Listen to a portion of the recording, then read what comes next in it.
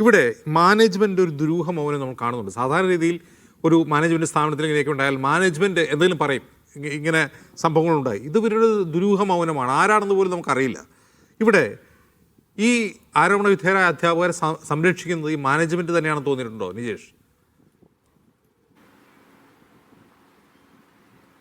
തീർച്ചയായിട്ടും അഞ്ചരക്കണ്ടി മെഡിക്കൽ കോളേജുമായി ബന്ധപ്പെട്ട് കഴിഞ്ഞ കുറേ കാലമായി നമ്മളൊക്കെ കേട്ടിട്ടുണ്ട്.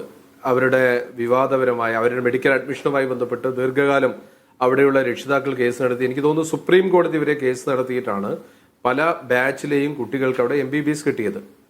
ഇപ്പോൾ അതിനുശേഷം ഒരു ഒരു സർക്കുലറുമായി ബന്ധപ്പെട്ടൊരു വിഷയം അഞ്ചരക്കണ്ടി മാനേജ്മെന്റുമായി ബന്ധപ്പെട്ടുണ്ടായിരുന്നു. ഇപ്പൊ മാനേജ്മെന്റ് എന്ന് പറയുന്ന ഒരാൾ, ഇപ്പൊ ഞാൻ നേരത്തെ കേട്ടത് പ്രകാരം അദ്ദേഹത്തിന് പറയപ്പെടുന്ന ആൾക്ക് ഇവിടെ വരാൻ പോലും പറ്റാത്ത സാഹചര്യം. ഇതേ ഗ്രൂപ്പിൽപ്പെട്ട ഇൻസ്റ്റിറ്റ്യൂഷനിൽപ്പെട്ടവർക്ക് വേണ്ടിയാണോ കേരളത്തിലൊരു നിയമം ഉണ്ടാക്കിയത്, പിന്നീട് സുപ്രീം കോടതി ക്വാഷ് ചെയ്തത്? നിജേഷ് ഓർക്കുന്നുണ്ടോ? ഒരു പ്രവേശനവുമായി ബന്ധപ്പെട്ട്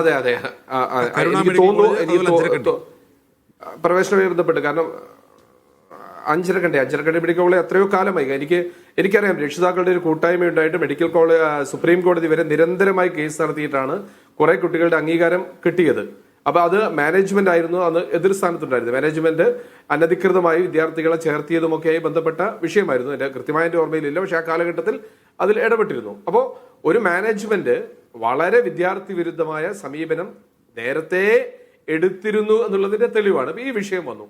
ഈ വിഷയം വന്നപ്പോൾ അതിനെ മറച്ചു വെക്കാൻ വേണ്ടിയിട്ടാണ് ഈ ലോൺ ആപ്പിന്റെ കഥയൊക്കെ വരുന്നത്. 14,000 രൂപയ്ക്ക് ലോൺ എടുത്തതിന്റെ പേരിൽ ഒരു മെഡിക്കൽ വിദ്യാർത്ഥി ആത്മഹത്യ ചെയ്യും എന്ന് വിശ്വസിക്കാൻ തൽക്കാലം പ്രയാസമുണ്ട്. ഇപ്പൊ കേരളത്തിൽ നമുക്കറിയാം, സ്കൂൾ കുട്ടികൾക്ക് പോലും ഒരു 14,000 രൂപ അല്ലെ 15,000 രൂപ എന്നൊക്കെ പറഞ്ഞാൽ അത് സമാഹരിക്കാനുള്ള ശേഷിയുള്ളവരാണ് ഇവിടെയുള്ള കുട്ടികളൊക്കെ.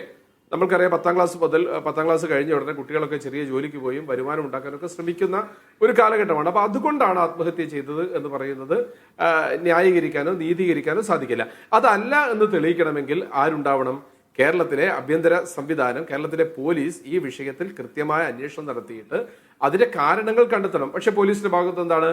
ഒരു മെല്ലെപ്പോക്ക് സമീപനമാണ് ഉണ്ടാകുന്നത്. ആ മെല്ലെപ്പോക്ക് ഉണ്ടാവണമെങ്കിൽ ആരോ ചില ആളുകൾ ഇടപെടുന്നു എന്നല്ലേ നമ്മൾ മനസ്സിലാക്കേണ്ടത്. ഇപ്പൊ പുറത്തു വന്ന കാര്യങ്ങളൊക്കെ കേൾക്കുമ്പോൾ ഒരു രാഷ്ട്രീയ പ്രവർത്തനം എന്ന നിലയ്ക്ക് നമുക്ക് ലജ്ജയല്ലേ തോന്നുന്നത്. 125 കൊല്ലം മുമ്പാണ് സ്വാമി വിവേകാനന്ദൻ കേരളത്തെ പറ്റി ഭ്രാന്താലയം എന്ന് പറഞ്ഞത്.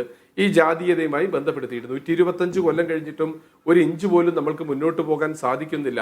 നമ്മൾ രോഹിത് വെമുലയുടെ കാലം വിഷയം വന്ന സമയത്ത് നാട് മുഴുവൻ മെഴുകുതിരി കത്തിച്ചവരാണ്, ദീപം തെളിയിച്ചവരാണ്, ജാതീയതയ്ക്കെതിരെ പോരാടിയവരാണ്. പക്ഷെ നമ്മുടെ പൊതുസമൂഹത്തിനകത്ത് എല്ലാ മേഖലയ്ക്കകത്തും ഈ ജാതീയത ഉണ്ട് എന്നും ജാതീയതയുടെ ആക്ഷേപങ്ങളും അധിക്ഷേപങ്ങളും ഉണ്ട് എന്നുള്ളതും യാഥാർത്ഥ്യമാണ്. ഇപ്പോൾ റാം എന്ന് നമ്മൾ പറയുന്നു. ഇങ്ങനെ ഒരു മനുഷ്യൻ കഴിഞ്ഞ കുറെ കാലമായി അഞ്ചരക്കണ്ടി മെഡിക്കൽ കോളേജിലെ ഒരു ഡിപ്പാർട്ട്മെന്റൽ ഹെഡായി പ്രവർത്തിക്കുകയും നിരന്തരമായ ബോഡി ഷെയ്മിങ്ങും ജാതിയുടെ പേരിൽ അധിക്ഷേപവും നടത്തി എന്നും പറഞ്ഞിട്ട് പോലും ഇത് പുറത്തു വന്നിട്ടില്ല എങ്കിൽ ഇത് എന്ത് കേരളമാണ്? നമ്മൾക്കൊക്കെ അറിയാം, സ്കൂൾ കുട്ടികൾ മുതൽ രാഷ്ട്രീയ രംഗത്ത് ഇറങ്ങി പോരാടുന്ന ഒരു കേരളമുണ്ട്. ആ കേരളത്തിനകത്ത് കണ്ണൂർ പോലെയുള്ള പൊളിറ്റിക്കലി അങ്ങേയറ്റം അഗ്രസീവായ ഒരു ജില്ലയ്ക്കകത്ത്, നഗര ഹൃദയത്തിൽ എന്ന് പറയാവുന്നിടത്ത്, ഒരു കോമ്പൗണ്ടിനകത്ത് പഠിപ്പിക്കുന്ന വിദ്യാർത്ഥികളെ അധ്യാപകൻ റാഗ് ചെയ്യുന്ന, അധ്യാപകൻ തള്ളിവിടുന്ന, മരണത്തിലേക്ക് തള്ളിവിടുന്ന, നിരന്തരമായി ആക്ഷേപിക്കുന്ന, അധിക്ഷേപിക്കുന്ന ഒരു സ്ഥലമുണ്ട് എന്ന് പറഞ്ഞാൽ പൊതുപ്രവർത്തകർക്കും വിദ്യാർത്ഥി സംഘടനകൾക്കും അധ്യാപകർക്കും മാനേജ്മെന്റും ഒക്കെ പ്രയാസമാണ്. നമ്മൾക്കറിയാം, കേരളത്തിലെ വിദ്യാഭ്യാസ രംഗത്ത് മാറ്റമുണ്ടാക്കാൻ വേണ്ടി പരിശ്രമിക്കാൻ വേണ്ടിയിട്ടാണ് നമ്മൾ വിദ്യാഭ്യാസ വകുപ്പിനെ തന്നെ രണ്ടാക്കിയത്. ഉന്നത വിദ്യാഭ്യാസ വകുപ്പുണ്ട്, നമ്മൾക്ക് അല്ലാത്ത വിദ്യാഭ്യാസ വകുപ്പുണ്ട്. പട്ടികജാതി വിദ്യാർത്ഥികളുടെ കാര്യമൊക്കെ നോക്കാൻ വേണ്ടി മാത്രമുള്ള ഡിപ്പാർട്ട്മെന്റ് ഇവിടെയുണ്ട്. ആരോഗ്യ വകുപ്പുണ്ട്. അപ്പൊ എല്ലാ വകുപ്പും ഇവിടെയുണ്ട്. അതിനൊക്കെ ആളുകളുമുണ്ട്, സംവിധാനങ്ങളുമുണ്ട്. ക്യാമ്പസിനകത്ത് പോയി നോക്കി ചെറിയ മാറ്റങ്ങൾ പോലും പഠിക്കാൻ 1000 കമ്മിറ്റികളുണ്ട്. ഇതൊക്കെ ഉണ്ടായിട്ടും ക്യാമ്പസിനകത്ത് ഇങ്ങനെയുള്ള അരാജകത്വമാണ് നടക്കുന്നത് എന്ന് കഴിഞ്ഞ ദിവസങ്ങളിൽ ചർച്ചയ്ക്ക് വന്ന ആ കോളേജിലെ കുട്ടികൾ തന്നെ പറയുന്നു. ആ കുട്ടികൾ ഇപ്പോഴും പറയുന്നു, ഞങ്ങളെ ടാർഗറ്റ് ചെയ്യുമോ എന്ന് പേടി ഞങ്ങൾക്കുണ്ട് എന്ന് പറയുമ്പോൾ നമ്മൾ ഏത് ലോകത്താണ് ഉള്ളത്? നമ്മളൊക്കെ കഴിഞ്ഞ കുറച്ചു കാലമായി പറയാൻ തുടങ്ങിയിട്ട് കേരളത്തിലെ വിദ്യാർത്ഥികളൊക്കെ പുറത്തേക്ക് പോകുന്നു, കേരളത്തിലേക്ക് ആരും വരുന്നില്ല. എന്തുകൊണ്ട് വരുന്നില്ല എന്നുള്ള ചോദ്യത്തിന്റെ ഏറ്റവും നല്ല ഉദാഹരണമല്ലേ ഇത്? എല്ലാ ഇൻഫ്രാസ്ട്രക്ചറും ഉള്ള ഒരു ക്യാമ്പസിനകത്ത് പഠനം നടക്കുന്നില്ല.